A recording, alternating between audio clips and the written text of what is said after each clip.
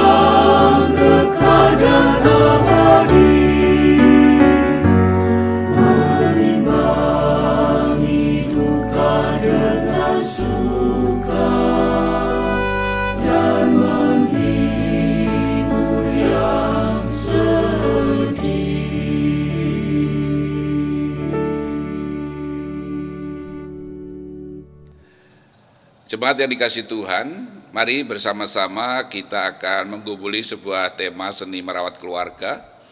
Karena itu sebelumnya mari kita berdoa mohon pimpinan Roh Kudus sehingga kita bisa mengerti, memahami, meyakini kebenaran firman Tuhan. Terlebih dalam membangun kehidupan berkeluarga. Mari kita berdoa. Bapa kami yang ada di surga, kami datang menghampiri tahta-Mu yang kudus menaikkan syukur. Karena Tuhan memelihara kehidupan kami sampai hari ini. Tuhan memberkati dan melindungi setiap keluarga. Dan sekarang kami duduk diam di hadapan-Mu untuk mendengarkan kebenaran firman-Mu. Kami berdoa kiranya Roh Kudus mengurapi setiap kami, supaya kami mengerti, percaya, dan taat akan kebenaran firman-Mu. Terima kasih Bapa di surga, hamba-Mu menyerahkan diri dalam kuasa-Mu, berilah hikmat yang dari surga sehingga boleh menyampaikan kebenaran firman-Mu. Di dalam nama Tuhan Yesus doa ini kami mohon. Amin. Jemaat yang dikasih Tuhan, bersama-sama kita akan membuka Alkitab dari Kejadian pasal 2 ayatnya yang ke-21 sampai yang ke-24. Untuk melandasi tema bulan keluarga ini saya mengambil dari Kejadian pasal 2 ayat 21 sampai 24. Saya akan membacakan bagi kita semua demikian. Lalu Tuhan Allah membuat manusia itu tidur nyenyak. Ketika ia tidur, Tuhan Allah mengambil salah satu rusuk daripadanya, lalu menutup tempat itu dengan daging. Dan dari rusuknya yang diambil Tuhan Allah dari manusia itu, dibangunnyalah seorang perempuan, lalu dibawanya kepada manusia itu. Lalu berkatalah manusia itu, inilah dia tulang dari tulangku, daging dari dagingku, dan ia akan dinamai perempuan sebab ia diambil dari laki-laki. Sebab itu seorang laki-laki akan meninggalkan ayahnya dan ibunya dan bersatu dengan istrinya, sehingga keduanya menjadi satu daging. Jemaat yang dikasihi Tuhan, kita lihat munculnya virus corona yang dilanjutkan dengan pandemi COVID-19 ini memaksa manusia untuk tinggal di rumah. Bahkan seluruh aktivitas kegiatan dilakukan di rumah. Sejak awal munculnya corona memaksa manusia, termasuk kita semua, harus tinggal di rumah. Bekerja di rumah, beribadah di rumah, segala sesuatu dilakukan dari rumah. Dan ini sesuatu yang luar biasa menurut saya. Selama ini banyak orang yang tidak bisa berkumpul dalam satu rumah. Tetapi justru dengan munculnya corona ini membuat keluarga yang selama ini tidak bisa berkumpul punya kesempatan yang luar biasa untuk bisa berkumpul. Nah, ini lama-lama memang berkumpul dengan keluarga menyenangkan. Tetapi lama-lama munculnya corona yang memaksa keluarga-keluarga untuk tinggal bersama di rumah, lama-lama bisa memunculkan sebuah kebosanan. Kenapa? Karena tiap hari, tiap saat, bahkan berbulan-bulan ini kita hanya bertemu dengan orang-orang itu saja. Dan ini muncul sebuah kebosanan, dan itu bisa kita lihat bagaimana orang sudah mulai bosan tinggal di rumah. Ketika dibuka pintu sedikit, kebebasan untuk keluar rumah, kita bisa melihat tempat-tempat rekreasi, tempat-tempat orang bisa menikmati, itu menjadi sangat penuh, dan akhirnya justru itu menimbulkan dampak lagi. Corona merajalela lagi. Nah, saudara dikasih Tuhan, kebosanan itu kata kunci yang sering dihadapi oleh keluarga-keluarga sekarang. Dan kalau orang sudah mengalami kebosanan itu bisa menimbulkan masalah. Kalau orang sudah bosan, seringkali apa yang dilakukan oleh orang lain dianggap salah dan selalu salah. Dan itu menimbulkan masalah dalam kehidupan keluarga, bahkan karena kebosanan bisa menimbulkan tindakan-tindakan yang tak terkendali. Dan ini bisa mengancam kehidupan keluarga yang tadinya bisa menikmati kebersamaan, tetapi ketika kebersamaan terus-menerus ini bisa menimbulkan kebosanan, dan kebosanan menimbulkan masalah. Yang tadinya sesuatu yang bisa dinikmati, sekarang berubah menjadi sesuatu yang menimbulkan masalah dalam kehidupan keluarga. Nah, karena itu bagaimana kita menyikapi situasi yang semacam ini, supaya kebersamaan kita sebagai keluarga itu tidak menimbulkan masalah, tetapi justru menimbulkan berkat. Maka perlu seni merawat keluarga, agar keluarga yang berkumpul bersama itu tidak menjadi bosan, tetapi sungguh kebersamaan bersama anggota keluarga itu merupakan anugerah dan berkat. Nah, ini memang perlu seni bagaimana merawat kehidupan keluarga. Itu tidak mudah, tetapi itu bisa kita lakukan bersama. Karena itu mari kita bersama-sama melihat teks kita di dalam bacaan kita tadi, di dalam Kejadian pasal 2 ayat 21 sampai 24. Semua itu diawali dari cinta. Ketika Tuhan melihat manusia itu sendiri tidak baik, maka Tuhan punya ide untuk memberikan pasangan hidup baginya. Jadi ide ini muncul dari Tuhan untuk memberikan pasangan hidup kepada manusia yang dilihatnya tidak baik. Karena itu ide ini diwujud nyatakan dengan membuat manusia itu tidur. Dan diambillah tulang rusuk daripadanya, dibangunlah seorang perempuan. Dan ketika perempuan ini sudah jadi, dibawa, dihadapkan kepada manusia itu. Dan apa yang terjadi ketika Adam bertemu dengan Hawa, yang adalah tulang rusuknya itu? Maka keluar dari mulut Adam, inilah dia tulang dari tulangku, daging dari dagingku. Ini sebuah pernyataan spontan yang keluar dari mulut Adam kepada Hawa. Apa artinya kata-kata dia adalah tulang dari tulangku, daging dari dagingku? Ini adalah ungkapan bahwa Hawa bukan orang lain. Hawa adalah dirinya sendiri. Pertanyaannya, apakah Adam tahu kalau memang Hawa diciptakan dari tulang rusuknya? Jelas tidak, karena ketika itu terjadi Adam dalam kondisi tidur. Tetapi kalau Adam tidak tahu, kenapa keluar kata-kata inilah dia tulang dari tulangku, daging dari dagingku? Itulah ungkapan cinta, saudara. Ketika Adam berjumpa dengan Hawa, maka jatuh cintalah Adam kepada Hawa. Dia adalah tulang dari tulangku, daging dari dagingku. Artinya dia bukan orang lain. Kalau Hawa sakit, dia akan merasakan sakit. Kalau Hawa senang, dia merasakan senang karena dia tulang dari tulangku, daging dari dagingku. Ada relasi yang sangat sangat spesial di sini. Coba kita tanya, kalau Bu RT sakit, apa kita juga merasa sakit? Ya mungkin kita mengatakan apa hubungannya? Ya jelas. Tapi kalau orang yang kita cintai, suami kita sakit, istri kita sakit, kita merasakan sakit. Kenapa? Karena dia adalah tulang dari tulangku, daging dari dagingku. Ada ikatan cinta di sana. Jadi semua berawal dari cinta. Ketika mereka bertemu, Adam dan Hawa jatuh cinta. Pertanyaannya, Hawa diam saja tidak menanggapi cintanya Adam. Apakah Hawa tidak mencintai? Ya kita anggap begini, ketika perempuan pada waktu itu kalau diam itu berarti iya juga kan gitu. Ya kita asumsikan bahwa Adam dan Hawa saling mencintai. Nah karena itu cinta inilah yang menuntun Adam menemukan tulang rusuknya. Dan ini perlu kita perhatikan. Ketika kita ditanya apakah kita yakin bahwa pasangan kita itu tulang rusuk kita? Apakah kita yakin bahwa dia adalah tulang rusuk kita? Yang meyakinkan kita, yang menuntun kita kepada tulang rusuk, yang menuntun seseorang menemukan tulang rusuknya adalah cinta. Cinta itulah yang membuat orang menyeleksi semuanya, yang akhirnya mengarahkan hidupnya kepada orang yang dicintainya. Cinta itu luar biasa. Cinta itu menuntun kita, karena apa? Karena tidak semua wanita akan jatuh cinta kepada laki-laki. Dia akan jatuh cinta kepada seseorang, walaupun mungkin bagi orang lain tidak masuk akal. Kenapa dia mencintai dia? Kenapa bukan yang lain? Yang lain mungkin jauh lebih baik, lebih ganteng, lebih kaya. Tapi kenapa dia jatuh cinta? Itulah cinta.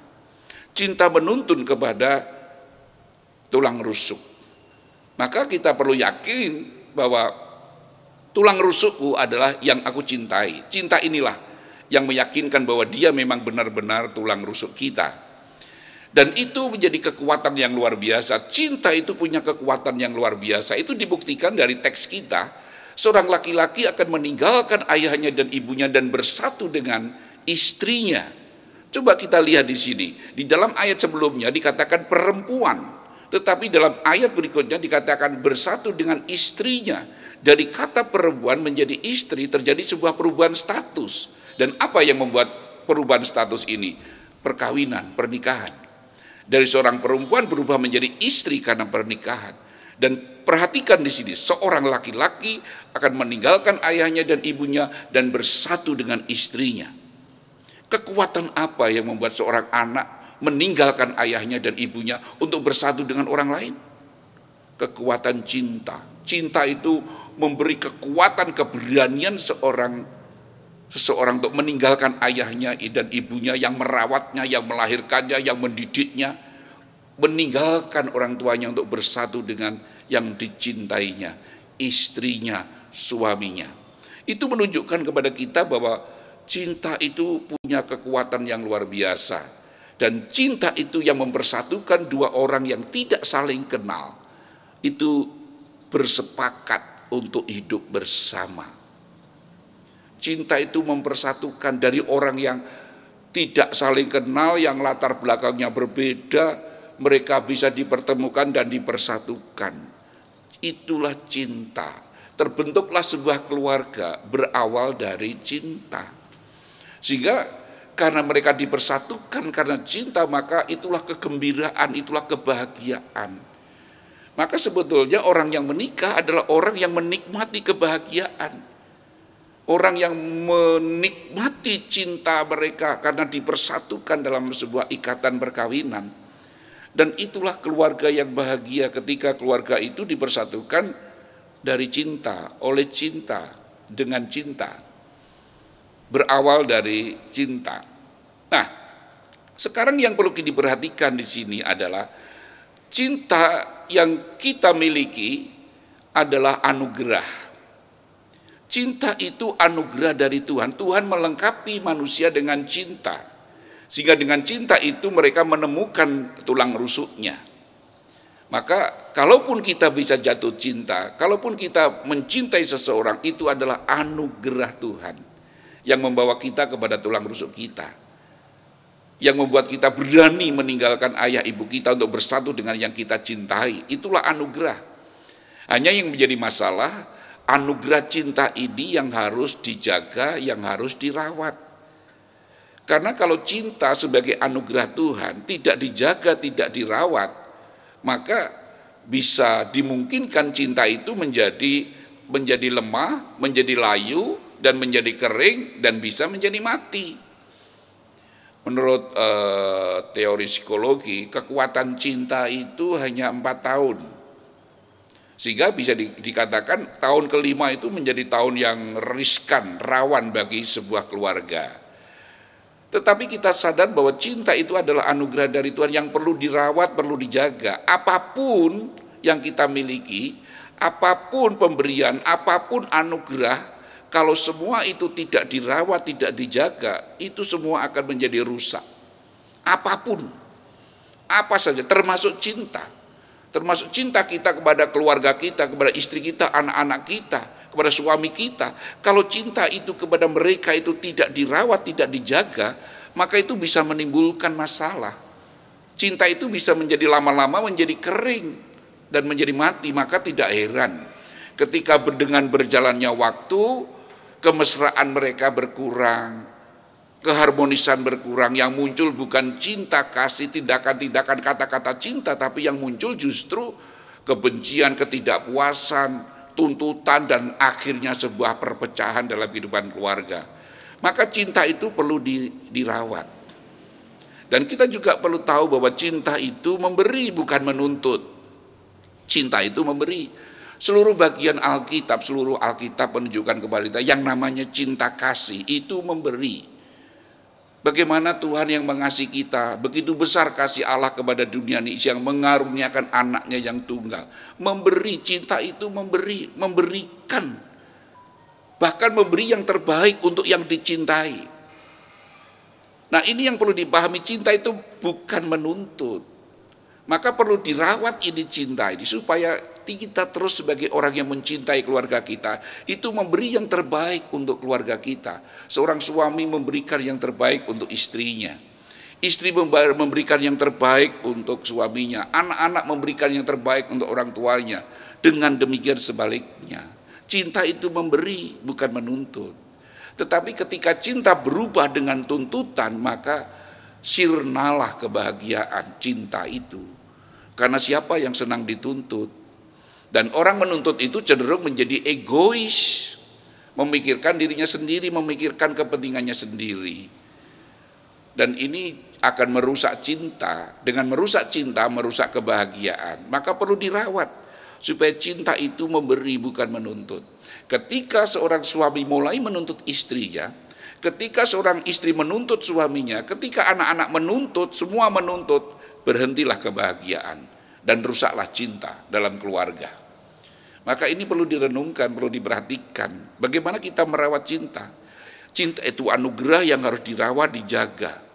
Dan cinta itu memberi, bukan menuntut. Dan cinta itu, untuk merawat cinta, cinta itu perlu dinyatakan, diwujudkan. Bukan hanya dikatakan saja atau bakal lagi dibatin. Seringkali istri-istri bertanya, janjane suamiku ini mencintai saya enggak ya? Atau sebaliknya suaminya bertanya, janjane istriku itu mencintai saya enggak ya? Karena tidak pernah diungkapkan, tidak pernah dinyatakan. Sehingga sepertinya mereka merasa bahwa dia tahu kalau aku mencintainya. Atau dia tahu kalau dia mencintai saya. anggapannya seperti itu, tapi cinta itu perlu diwujudkan. Sebagaimana Allah mencintai manusia, tidak hanya dikatakan aku mencintaimu, tetapi diwujud nyatakan dengan mengaruniakan anaknya yang tunggal kepada dunia ini. Jadi cinta itu diwujud nyatakan dalam sebuah tindakan konkret, bukti sebagai cinta.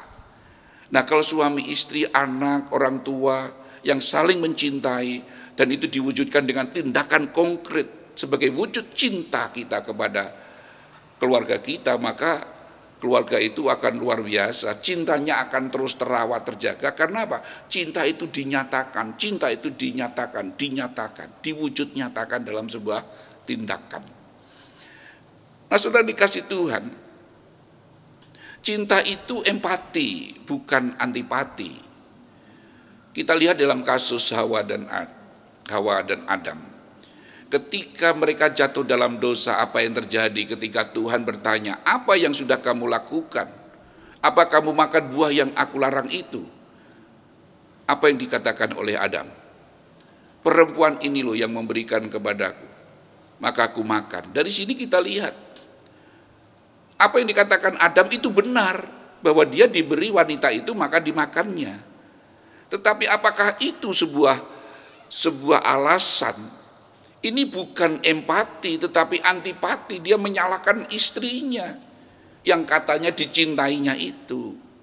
Harusnya sebagai seorang laki-laki ketika itu proses itu akan terjadi, harusnya dia bisa mengingatkan perannya sebagai laki-laki, sebagai suami, harusnya mengingatkan, menolong istrinya supaya tidak melakukan apa yang dilarang Tuhan.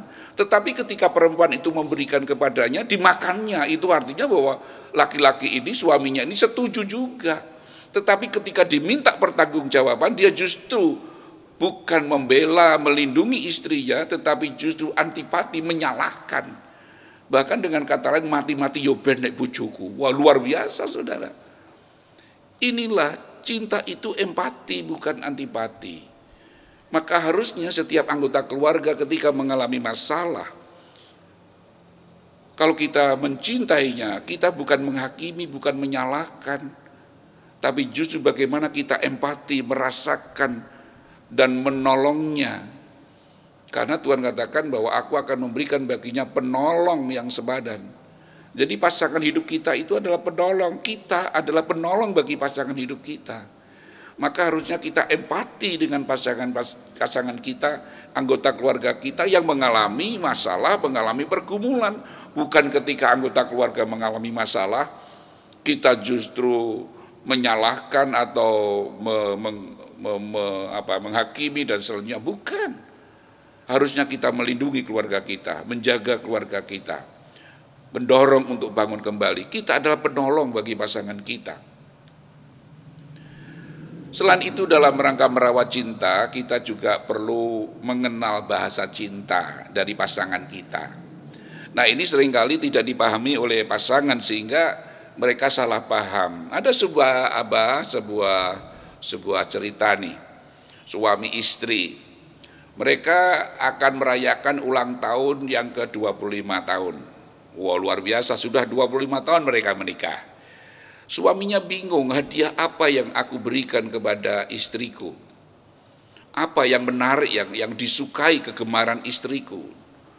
Dia ingat setiap dia makan ikan gitu ya, makan ikan, istrinya senantiasa memberikan dagingnya kepada suaminya. Dia hanya makan kepalanya. Setiap kali makan ikan dilakukan begitu, dagingnya diberikan suaminya, anak-anaknya. Dia hanya makan kepalanya.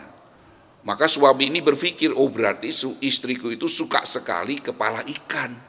Wah, ini cocok untuk hadiah ulang tahun istriku. Dan benar ketika 25 tahun dirayakan, suaminya membawa hadiah untuk istrinya. Wah, istrinya senang sekali karena mendapat hadiah. Maka dibukalah hadiah itu. Suaminya bilang, bukalah. Ketika dibuka, istrinya kaget luar biasa dan berubah wajahnya menjadi merah padam karena yang dilihat adalah kepala ikan. Istrinya marah, berkata pada suaminya, suamiku, sudah 25 tahun kau menikah dengan aku, tapi engkau tidak mengerti perasaanku. tidak mengerti perasaanku. Kenapa engkau memberikan kepala ikan kepadaku?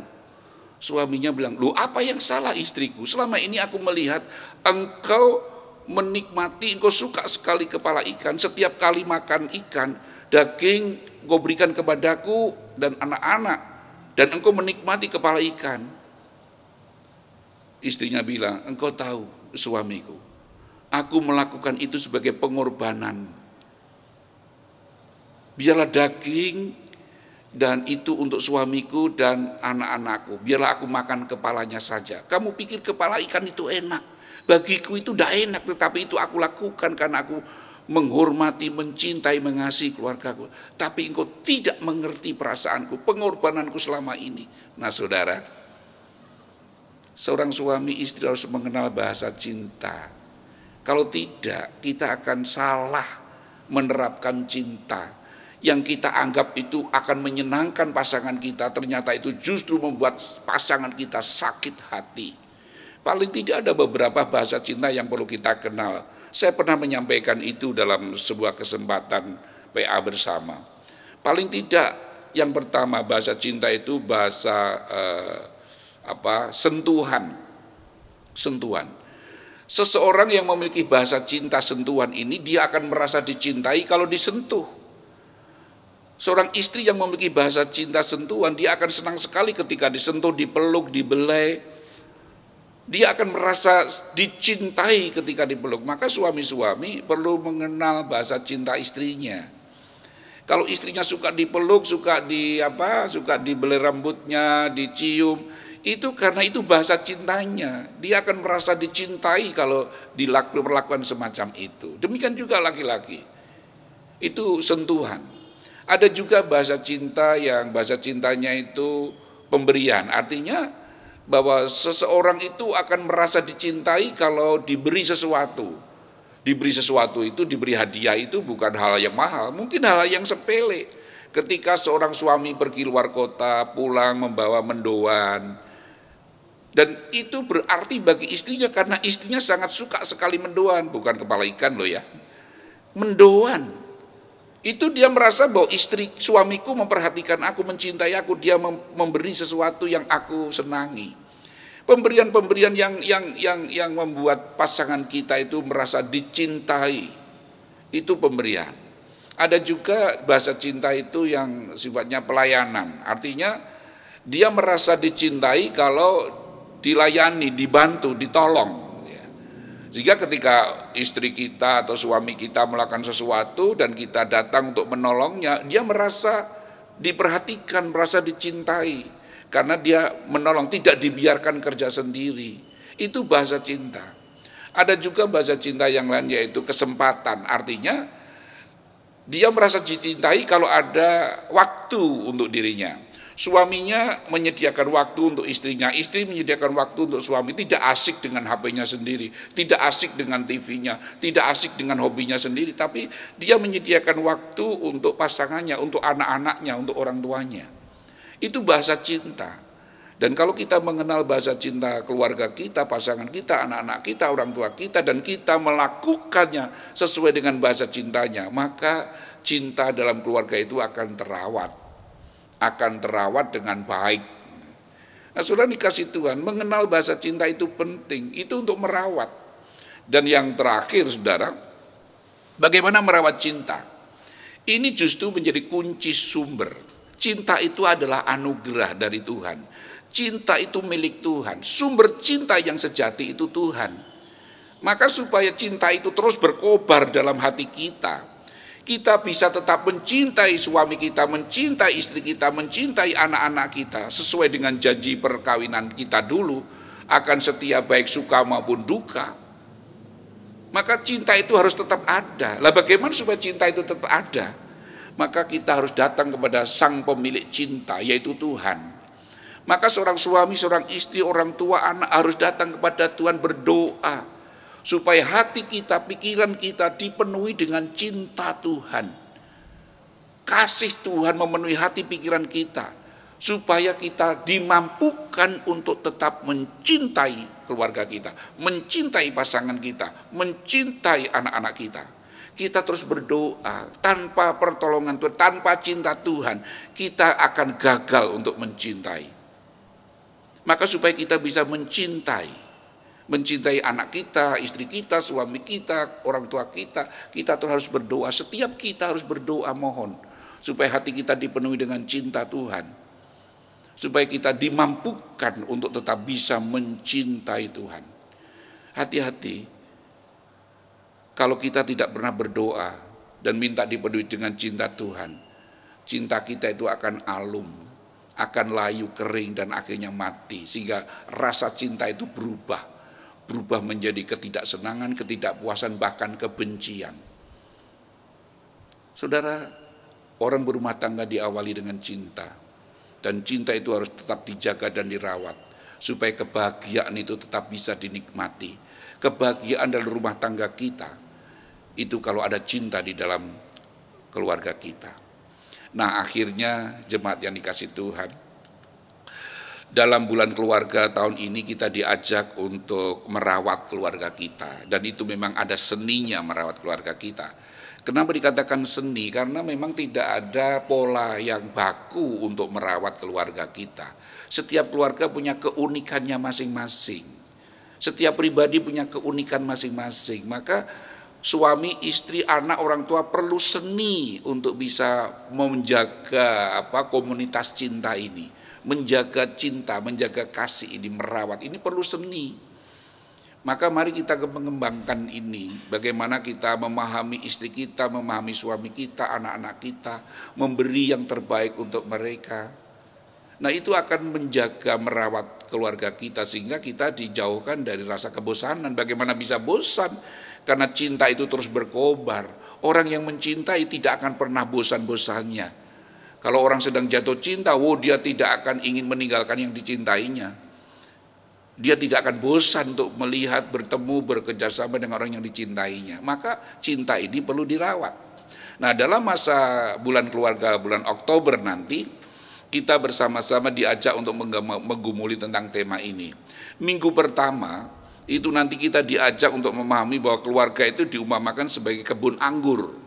Kita tahu kebun anggur ini perlu dijaga, perlu dirawat, perlu dipupuk supaya kebun anggur ini bertumbuh, mengeluarkan buah, dan buah itu bisa membawa kebahagiaan, mencukupkan kehidupan keluarga. Itu artinya bahwa minggu pertama kita diajak bahwa keluarga itu tidak akan bahagia secara otomatis. Kebahagiaan itu buah dari cinta yang terus dikembangkan. Kita harus berupaya untuk terus menjaga, memelihara, merawat cinta itu. Kebun anggur kita harus dirawat, dijaga, supaya mengeluarkan buah. Itu minggu pertama. Dan minggu kedua dalam bulan keluarga, bulan Oktober, itu kita diajak supaya semua anggota keluarga, suami, istri, anak-anak, orang tua itu mendengarkan Tuhan. Jangan mendengarkan pikirannya sendiri, jangan mendengarkan karpe dewe.